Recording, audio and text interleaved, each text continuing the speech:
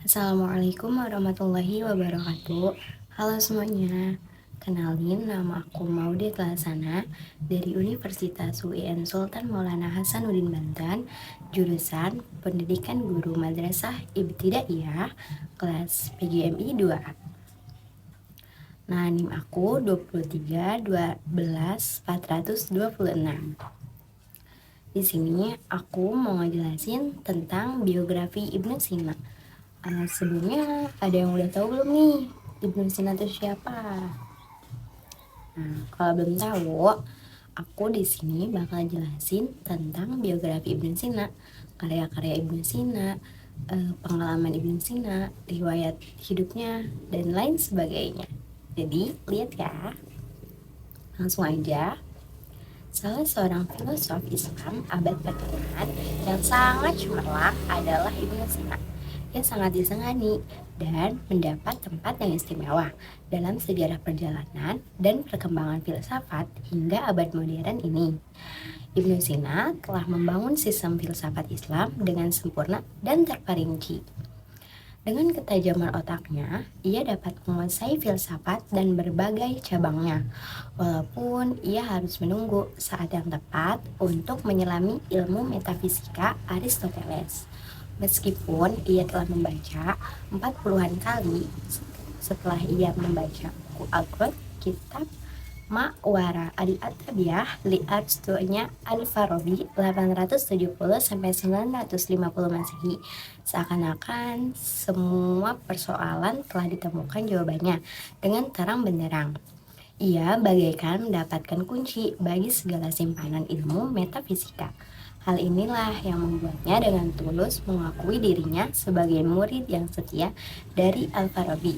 Dasuki ditulis oleh Dasuki 1993. Dalam tulisan ini secara singkat akan diuraikan pandangan Ibnu Sina tentang falsafah al-faud, al-nafs, nubuah, dan al-mujud yang akan diawali dengan mengungkap biografi singkat dan karya-karyanya. Nah, lanjut ya, riwayat singkat Ibnu Sina. Ibnu Sina dilahirkan dalam masa kekacauan dan kemunduran Daulat Bani Abbasiyah, di mana daerah-daerah yang pada awalnya berada di bawah kekuasaan Khalifah Abbasiyah mulai melapaskan diri satu persatu untuk berdiri sendiri. Sementara kota Baghdad sendiri sebagai pusat pemerintah Khalifah Abbasiyah telah dikuasai oleh golongan Bani Buwayhi pada tahun 334 Hijriah yang kekuasaannya berlangsung sampai tahun 447 Hijriah. Demikian pula daerah Daulat Samani di Bukhara telah berdiri sendiri dan salah satu khalifahnya adalah Nun B. Mansur yang pada masanya inilah di suatu tempat di daerah Bukhara yang bernama Afshana lahir dan tumbuh seorang bayi yang bernama Ibnu Sina tahun 330 Hijriah sampai 980 Masehi. Ditulis oleh Hanafi 1976. Nama lengkap Ibnu Sina ialah Al-Ashakh Al-Rais Abu Ali Al-Husain bin Abdullah bin Sina. Ia dilahirkan dari keluarga yang bermazhab Syiah. Di Bukhara, pada usianya yang sangat muda, 10 tahun ia telah menghafal Al-Quran dan belajar filsafat, ilmu-ilmu agama Islam, astronomi, matematika, fisika, metafisika, dan logika. Ia juga belajar ilmu kedokteran pada seorang Masehi yang bernama Isa bin Yahya. Pada usia 16 tahun, ia telah menjadi seorang dokter. Wow, dan mampu memecahkan masalah pengobatan dengan melalui metode eksperimen yang dilakukannya, termasuk mengobati Sultan Bukhara Nuh B. Mansur dan berhasil sembuh hingga ia diberi kesempatan membaca buku-buku yang ribuan banyaknya dalam perpustakaan Sultan. Dengan daya ingat yang dimilikinya, ia dapat menguasai sebagian besar isi buku-buku tersebut, walaupun usianya ketika itu baru 18 tahun. Pada usianya yang ke-22 tahun, ayahnya wafat. Ibnu Sina meninggalkan Bukhara menuju Jurian, kemudian ke Khawarij. Akibat kekacauan politik, ia berpindah dari suatu daerah ke daerah lainnya. Akhirnya sampai ke Hamzah. Oleh Syamsuddaulah, penguasa daerah ini, ia diangkat menjadi menteri beberapa kali dan akhirnya ia dipindahkan ke Isfahan dalam mendapatkan sambutan yang istimewa dari penguasa daerah ini. Hidup Ibnu Sina penuh dengan kesibukan bekerja dan mengarang, penuh pula dengan kesenangan dan kepahitan. Dan mungkin saja keadaan inilah yang mempengaruhi kesehatannya, sehingga ia terserang penyakit dingin atau cooling yang tidak bisa disembuhkan lagi. Dan akhirnya beliau wafat di Hamzah pada tahun 428 Hijriah atau 37 Masehi dalam usia 58 tahun. Nah, lanjut nih ke yang kedua, yaitu karya-karyanya. Untuk mendapatkan rincian secara pasti mengenai jumlah karya Ibnu Sina, maka sangat besar nih jasanya pada Fatar dari Dominican Cairo yang telah menyelidiki dan menghimpun seluruh karya Ibnu Sina dalam esai The Bibliography Avicenna. Dalam buku tersebut disebutkan bahwa ada sekitar 276 karya Ibnu Sina Ansari yang dalam ditulis oleh Dasuki 1993. Nah, beliau membagikan karya Ibnu Sina ke dalam 15 bidang ilmu. Apa aja ya? Nah, ada nih yang pertama yaitu filsafat umum, yang kedua logika, yang ketiga sastra, yang keempat syair, yang kelima ilmu-ilmu alam, yang keenam psikolog, yang ketujuh kedokteran, yang kedelapan kimia, yang kesembilan matematika, yang ke-10 metafisika, yang ke-11 tafsir Al-Quran, yang ke-12 tasawuf, yang ke-13 akhlak rumah tangga, politik, dan nubuah, yang ke-14 surat-surat pribadi, dan yang terakhir adalah serba ragam. Adapun di antara karya-karyanya yang paling terkenal adalah yang pertama Al-Sifat, yaitu buku filsafat yang terpenting dan terbesar dari Ibnu Sina. Terdiri dari 4 bagian, yaitu logika, fisika, matematika, dan metafisika. Buku ini tersebar di berbagai perpustakaan barat dan timur. Bagian ketuhanan dan fisika pernah dicetak dengan cetakan batu di Teheran pada tahun 1956. Lembaga Keilmuan Cekoslovakia di Praha menerbitkan pasal 6 dari bagian fisika yang khusus mengenai ilmu jiwa. Bagian logika diterbitkan di Kairo pada tahun 1954 dengan nama Al-Burhan di bawah asuhan Dr. Abdurrahman Badawi. Nah, yang kedua ada Al-Najat, yaitu ringkasan dari buku Al-Sih, dan buku ini pernah diterbitkan bersama Al-Kamon dalam ilmu kedokteran pada tahun 1593 Masehi di Roma dan 1333 Masehi di Mesir. Yang ketiga ada Al-Isharat Ma'al Tanbihat, yaitu buku terbaik yang pernah diterbitkan di Leiden pada tahun 1892, diterjemahkan ke dalam bahasa Prancis, diterbitkan di Kairo pada tahun 1947 di bawah asuhan Dr. Sulaiman Dun.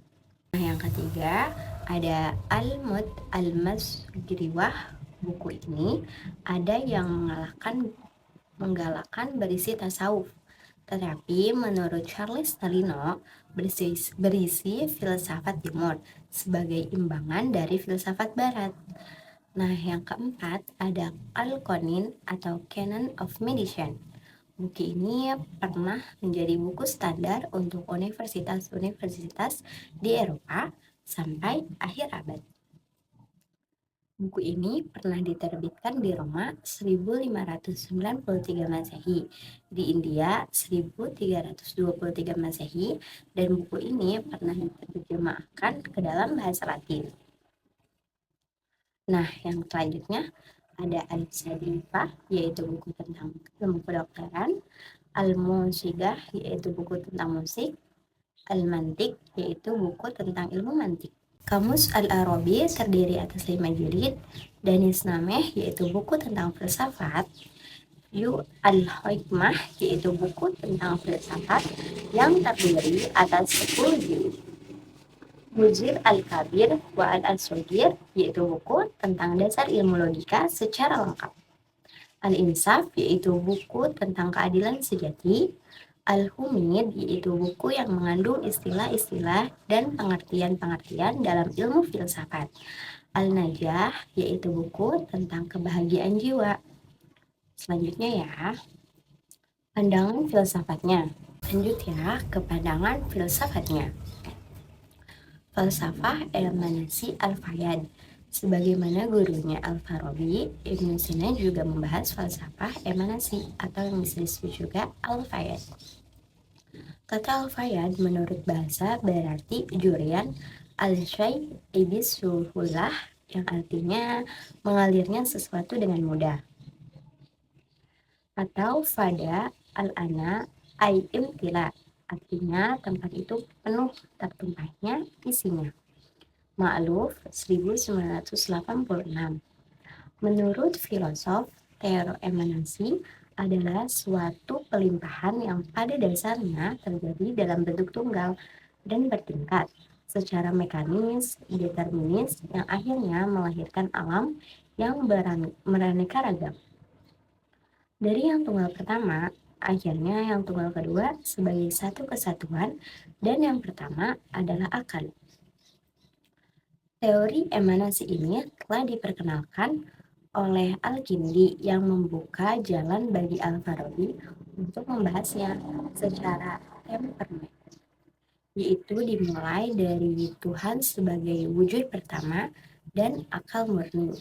Al-Akal Al-Muhaddah, di mana sebagai subjek pikir sekaligus menjadi objeknya dengan ta'akui atau berpikir mulai ciptaan Tuhan dengan perlimpahan. Wujud kedua dalam urutan emanasi yaitu disebut al-ali al-wal dari akal pertama. Ini bertakwi maka terwujudlah al-akal al-tani, demikian seterusnya sampai kepada akal 10, al-akal al-asir, disebut juga dengan al-akal al-fa'al. Pada dasarnya, teori emanasi Ibnu Sina adalah pengeluaran akal-akal sebagaimana yang dikemukakan oleh gurunya yaitu Al-Farabi. Namun ada bedanya, yaitu tatkala akal pertama bertanggul mengeluarkan akal kedua, di sampingnya juga mengeluarkan dua wujud yang lain. Jadi bukan satu wujud saja yang seperti yang dikemukakan Al-Farabi, yaitu apa yang disebutnya jarama al-fuluk al-alal, nah yaitu langit dengan semua planetnya, dan nafs al-fulk al-aqsa, jiwa dari langit dengan semua planetnya. Letak perbedaan antara keduanya adalah teori emanasi Al-Farabi mengalirkan bentuk ganda tanawiyah, yaitu akal pertama berpikir tentang asalnya yang wajhi al-wujud dan berpikir tentang dirinya sendiri yang mungkin al-wujud. Sedangkan emanasi Ibnu Sina mengalirkan bentuk tiga-tiga talatiyah, yaitu akal pertama berpikir terhadap Allah sebagai asal kejadiannya, berpikir terhadap dirinya yang wajib al-wujud, dan berpikir pada dirinya yang mungkin al-wujud. Perbedaan pandangan ini merupakan jalan keluar terhadap kesulitan yang dialami oleh para filosof Yunani dahulu kala. Menurut Ibnu Sina, falak itu mempunyai jiwa atau nafs, dan jiwa itulah yang menggerakkan falak secara langsung. Sementara al-aqal hanya menggerakkan falak dari jauh. Al-Aghl itu sendiri tetap permanen sebab ia terasing mufarok dari benda falak. Sedangkan jiwa berhubungan langsung dengan benda falak. Dan pada al-aghof itu ada sesuatu hal yang disebut al-khawf atau kebaikan. Kebaikan inilah yang menjadi tujuan falak untuk mencapai kesempurnaan dirinya.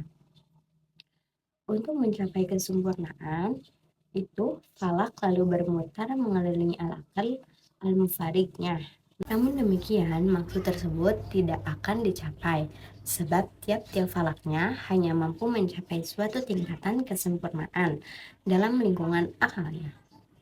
Oleh karena itu, hanya akal pertama yang paling sempurna dibandingkan akal-akal yang lainnya, karena ia merupakan limpahan langsung dari Tuhan. Sedangkan akal kedua lebih rendah dari akal pertama, dan akal ketiga lebih rendah dari akal kedua, dan seterusnya.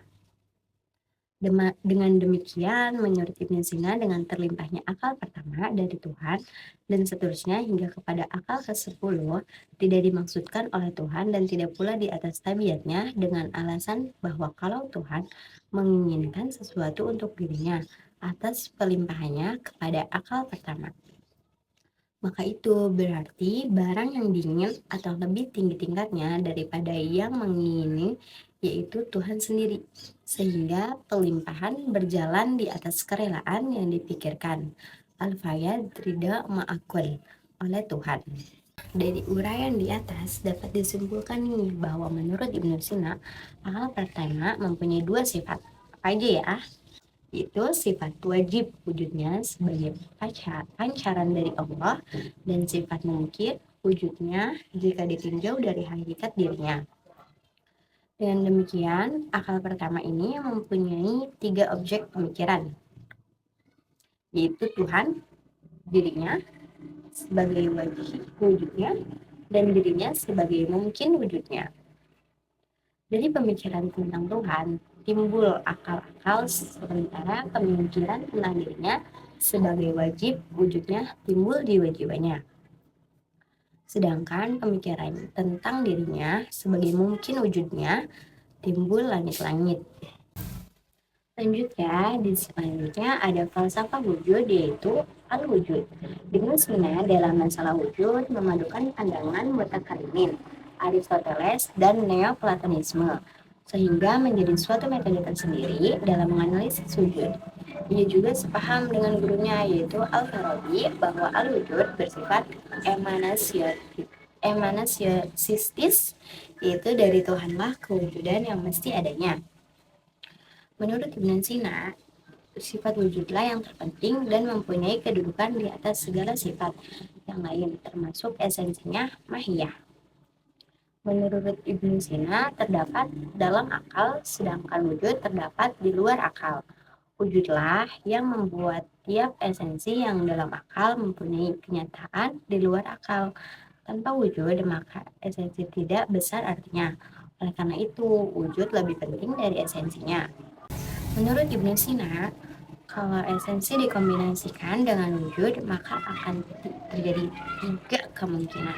Yaitu yang pertama, esensi yang tak dapat mempunyai wujud disebut mumtana, yang itu sesuatu yang mustahil berwujud, mumtana al-wujud. Misalnya adanya kosmos lain sekarang ini di samping kosmos yang ada. Yang kedua, esensi yang boleh mempunyai wujud dan boleh tidak. Hal ini disebut mungkin, yaitu sesuatu yang mungkin berwujud dan mungkin juga tidak berwujud.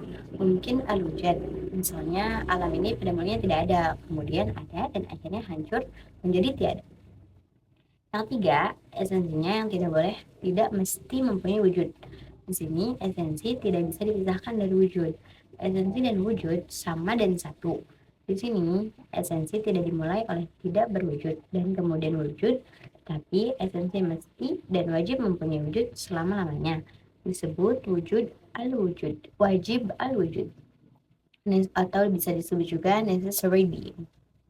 Wajib al-wujud inilah yang mewujudkan mungkin al-wujud. Nah, mungkin ada sedikit rangkuman dari uraian yang di atas yang sangat sederhana ini dapatlah disimpulkan bahwa Ibnu Sina adalah salah seorang filsuf Islam abad pertengahan yang mempunyai andil yang sangat besar terhadap perkembangan ilmu pengetahuan baik di barat maupun di timur, terutama dalam masalah filsafat, psikologi, matematika, fisika, dan metafisika serta ilmu agama lainnya.